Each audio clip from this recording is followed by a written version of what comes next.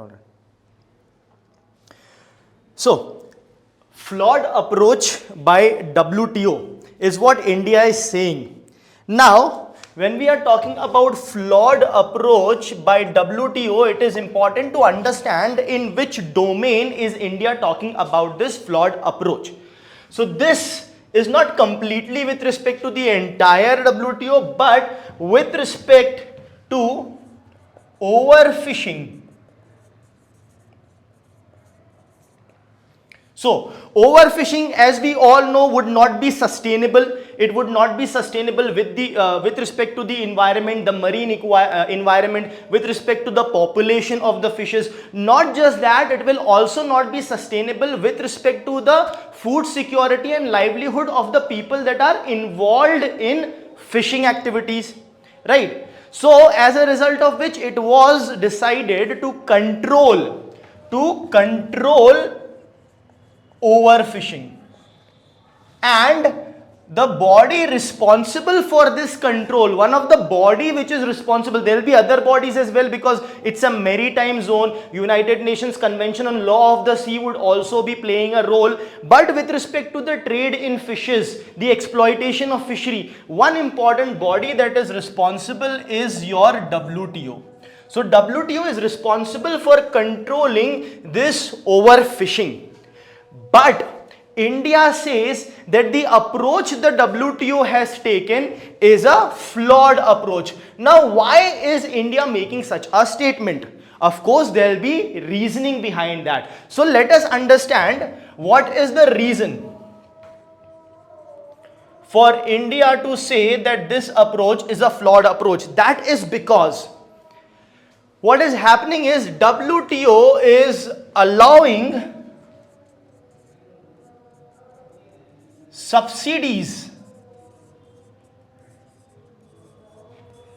for fishing activities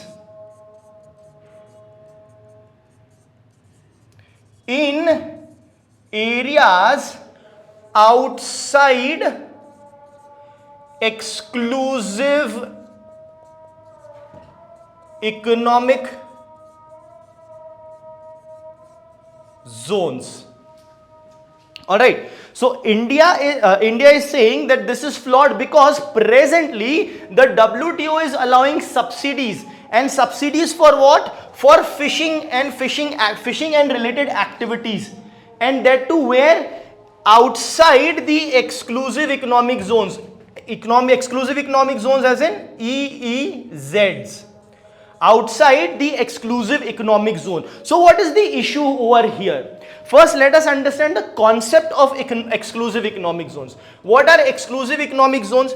Exclusive economic zones are those part of the sea wherein the neighboring sovereign country has exclusive rights of exploitation.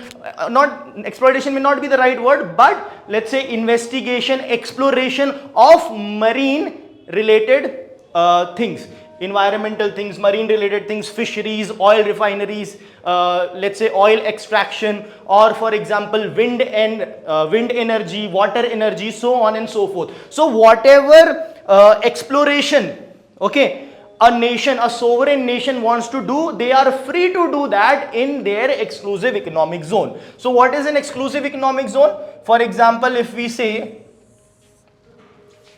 this is where the sea starts, okay, this is the land, let's say this is the land of a country, and this is where the sea starts. So this will be the baseline. This will be the baseline. From here the exclusive economic zone will start, and it will go up to 200 nautical miles. So this entire area of sea, from the baseline, from where the sea starts up to 200 nautical mile, will be the exclusive economic zone. Exclusive economic zone for that country. So that country can do whatever activities they want to do over there, right? Now the region beyond this, will not come under the exclusive economic zone of this country, and there need not necessarily be another country for whom this will be an EEZ. So this can be an area which is not an exclusive economic zone, okay? And in such area, WTO has allowed what? The subsidies for fishing activities, where outside the exclusive economic zone. So what is happening? What is happening here is, whatever your economic zone was there, the country will anyhow take care of it, do sustainable fishing. Why? Because it's your zone, it is your exclusive right, so you will take good care of it, right? What about the area which is not an exclusive economic zone for any country? Those are international seas, international waters, wherein you don't have as such the exclusive right, you have to take permissions and stuff. In those areas, you are allowing subsidies for fishing. So what the other countries may do, the other countries may, in fact, will exploit it, exploit the region and do as much fishing as possible beyond the sustainable level, right? As a result of which, India is saying that this approach is a flawed approach. So does India mean to say that there need not be any subsidies? Let us understand that. Is India saying that there is no need for any subsidy? No. India is not saying that. India is saying that the subsidy you are giving in fishing activities outside economic zone is not correct. However, subsidies are important as well. Let us understand how. So if we talk about the subsidies, outside exclusive economic zones, it is leading to exploitation. It is leading to exploitation. But at the same time, India does maintain subsidies are also important. So how we can say these two things together? That is because India says avoid giving subsidies for exploitation outside the economic zone, especially to well-to-do countries, the developed countries, but provide subsidies that are important for developing countries. For developing countries, for low-income countries, majorly there will be an overlap between developing and low-income countries, but there can be certain countries who are least developed also. All those countries would be involved in low-income countries.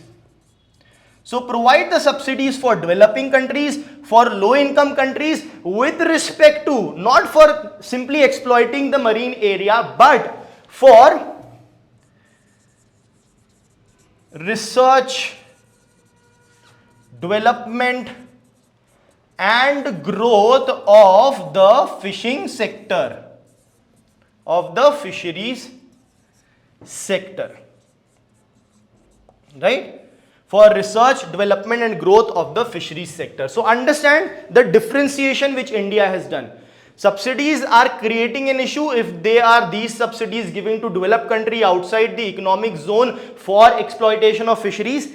Instead of that, subsidies should be given to developing countries plus low-income countries for research, development and growth of the fisheries. This will ensure that there is no exploitation. This will ensure that there is growth and development of the fisheries sector. This will ensure that the food security and the livelihood of the people involved in the fisheries sector is taken care of. Further, India also says that any comprehensive agreement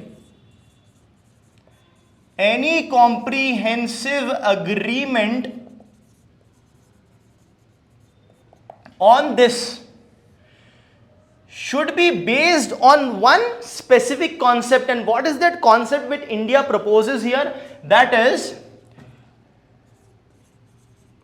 common but differentiated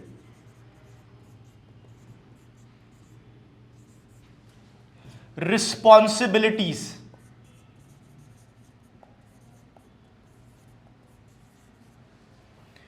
and respective capabilities.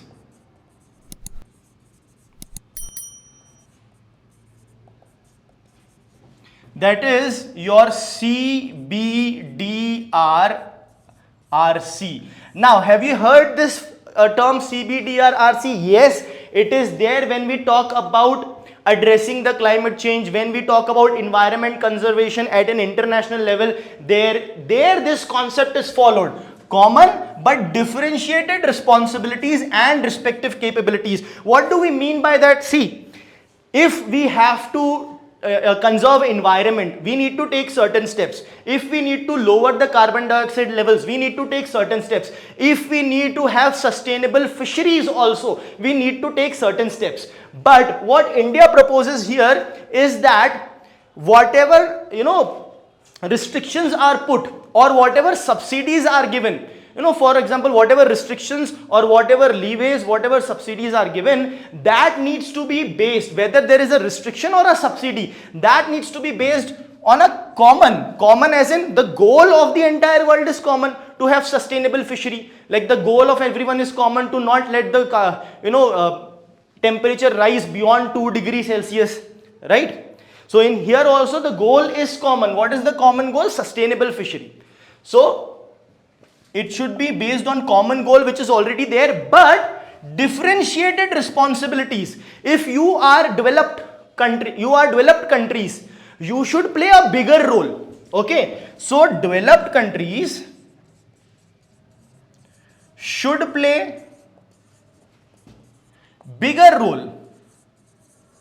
Now, there are two reasons why they should play bigger role. Number one, when we talk about developed countries, they are high economic countries, or let's say high income countries, basically having more per capita money. At the same time, these developed countries have already taken the advantage of exploitation and all these things already they have taken. They had more technological developments, so they were more technologically equipped to let's say exploit the resources, be it marine resources or any resources thereabout. Okay, so they have already exploited a lot, right? They have already used a lot. At the same time, they are more capable to give more to this cause.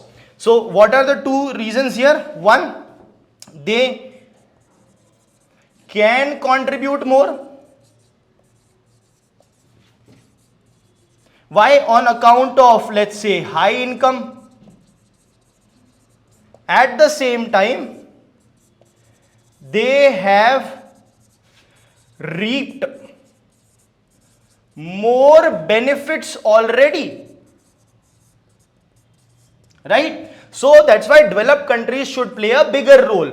Then comes your developing countries, and then the least developed countries. Right? Because developing countries would have lower income, least developed countries would have further low income, plus these countries have had lesser benefits taken with respect to exploiting technological advancement. They have lesser benefits as of now, and all of a sudden now you want to do everything sustainably. These countries have already taken all the benefits by exploiting, right? Hence these countries should have a bigger role, and these countries should have subsequently smaller and smaller role. Not to say that they will not play a role. Everyone should play a role. Why? Because there is a common goal, but there is a differentiated responsibility and respective capabilities. So this is what India has proposed, which makes absolute sense. All right. So India, it's a constructive criticism, you can say, which India has given, because India has not just told that what the flaw is, at the same time India has also suggested what can be done about it.